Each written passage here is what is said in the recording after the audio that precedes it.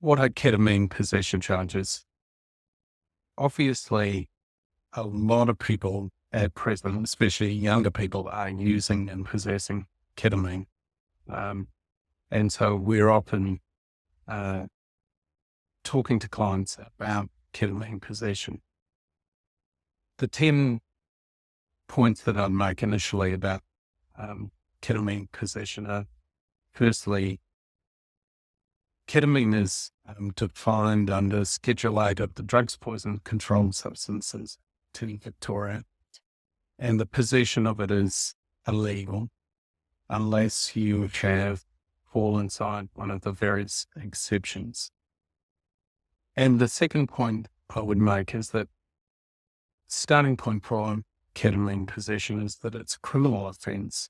It's under the Drugs, Poison, Controlled Substance Act, and the penalty that you will receive will depend largely upon the amount of it that you're caught in possession of.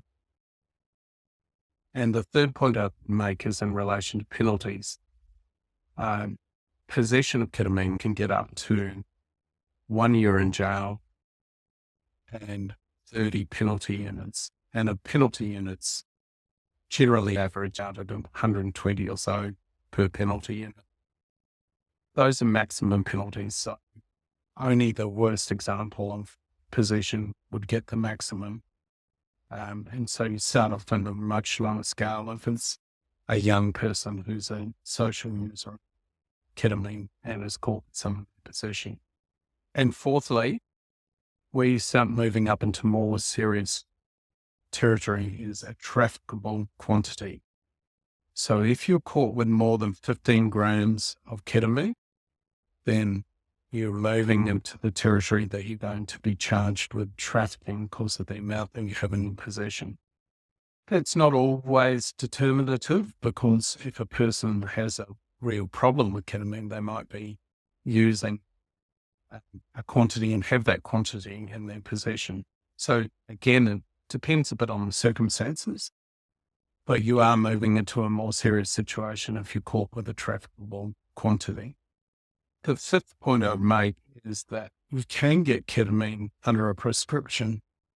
Obviously, in those circumstances, if you provide that prescription to the police, they're not going to be able to charge you. They're not going to be able to prosecute you. Generally, though, the use of ketamine is by vets and in relation to anesthetics. So it's unusual for a person to have a prescription.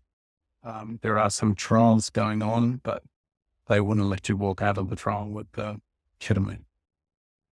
And the sixth point I'd make is that there are big implications in trafficking once you're beyond the 15, but once you're getting up much higher than that, you really do have to worry about getting a jail term. And there's a maximum of a 15-year jail term at the upper range of possession.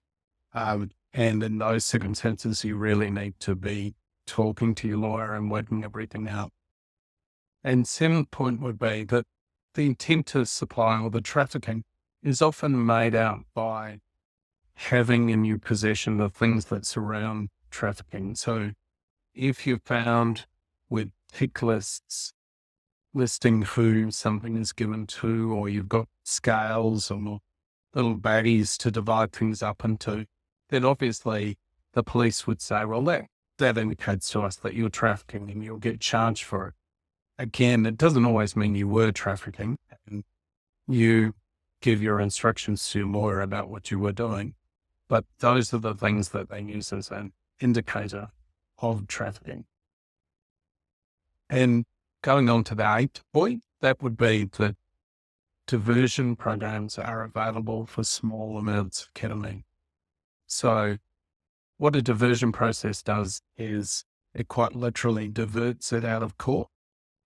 You go through a process where you make an agreement with the court and the police, and then the charges are withdrawn on you making an undertaking to do certain things.